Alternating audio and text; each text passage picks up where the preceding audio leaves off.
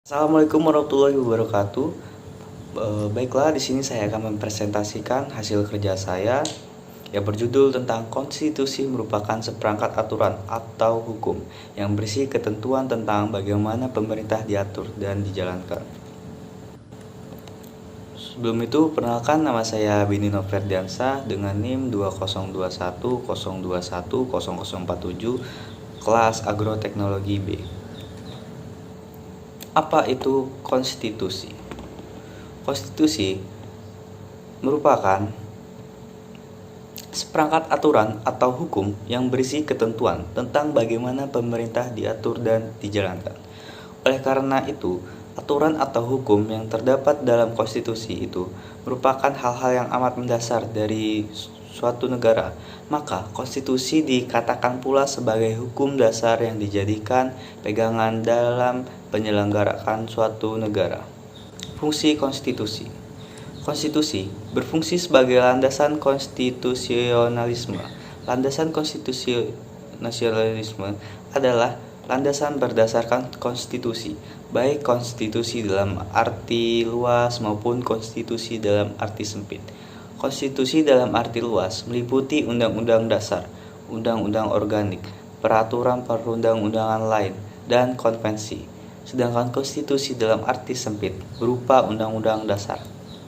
Konstitusi berfungsi untuk membatasi kekuasaan pemerintah sedemikian rupa sehingga penyelenggaraan kekuasaan tidak bersifat sewenang-wenang. Dengan demikian, diharapkan hak-hak warga negara akan lebih terlindungi.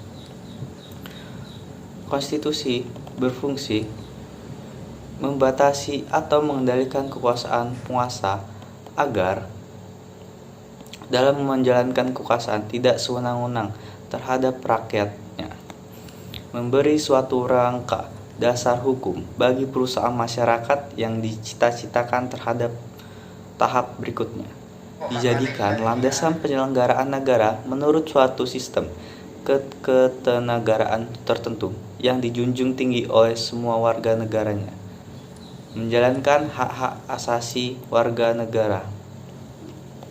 Mengapa diperlukan konstitusi dalam kehidupan bangsa dan bernegara? Agar dapat membatasi kekuasaan pemerintah atau penguasa negara. Tidak dapat dibayangkan bagaimana jadinya jika kekuasaan pemerintah tidak dibatasi. Tentunya penguasaan pemerintah akan dengan sewenang-wenangnya. Kesimpulannya, sebagai hukum tertinggi negara, UUD 1945 menduduki posisi paling tinggi dalam jenjang norma hukum Indonesia. Sebagai hukum dasar, UUD 1945 merupakan sumber hukum bagi pembentukan peraturan perundang-undangan di bawahnya. Cukup sekian dari presentasi saya, kurang dan lebihnya mohon maaf. Saya akhiri. Wassalamualaikum warahmatullahi wabarakatuh.